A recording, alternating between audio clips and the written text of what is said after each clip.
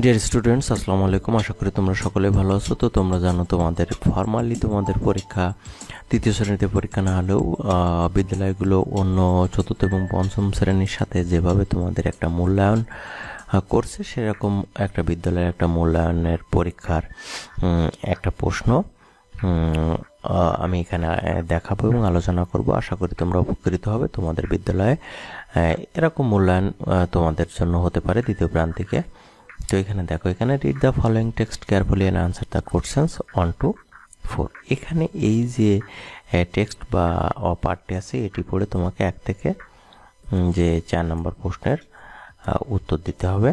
তো এখানে দেখো, প্রথমে রয়েছে fill in the gap with the best word from the box.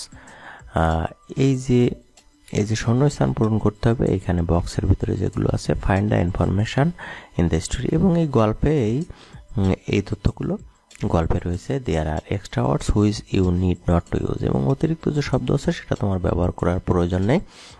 তো তুমি এখানে ওসমানস এই যে ভিলেজ লাইফ, এখান থেকে তুমি এটা পড়ে এই প্রশ্নগুলোর এই যে ফিল ইন দ্য ব্ল্যাঙ্কস এগুলোর দিতে পারবে। যেমন he dash early in the morning, he gets up early in the morning. এভাবে তুমি এখান থেকে এই প্রশ্নগুলোর এটা পারবে সহজেই, খুব সহজ। তারপরে এখানে দেখো, right true for correct statements or false for incorrect statement. এই বাক্য বা বিবৃতিগুলো যদি সত্য হয় তাহলে ট্রু লিখতে হবে, আর যদি মিথ্যা হয় বা ফলস হয়, ভুল হয়, তাহলে ফলস লিখতে হবে। ঠিক আছে, এখানে এটা খুবই সহজ, এটা পড়লেই তোমরা পারবে।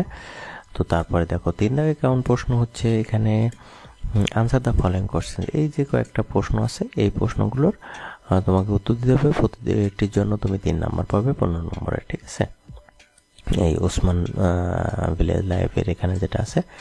তো তারপরে দেখো, এখানে 4 দাগে write a composition at least 5 sentences about my village life. আমার এই যে গ্রামের জীবন সম্পর্কে কমপক্ষে 5টি বাক্য লিখতে হবে। বেশি হলে অসুবিধা নেই, কমপক্ষে 5টি বাক্য লিখতে হবে।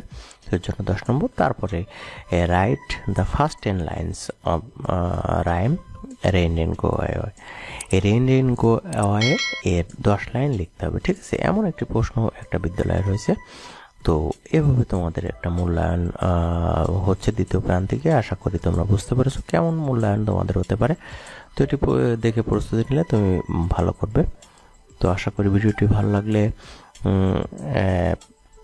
একটি লাইক দিও, আর যদি চ্যানেলটিতে নতুন হয়ে থাকো তাহলে এখন চ্যানেলটি সাবস্ক্রাইব করে রাখো এবং পাশে থাকা বেল বাটনটি বাজিয়ে রাখো, যেন পরের ভিডিওটি আসলে তুমি আগে পেয়ে যাবে। ধন্যবাদ।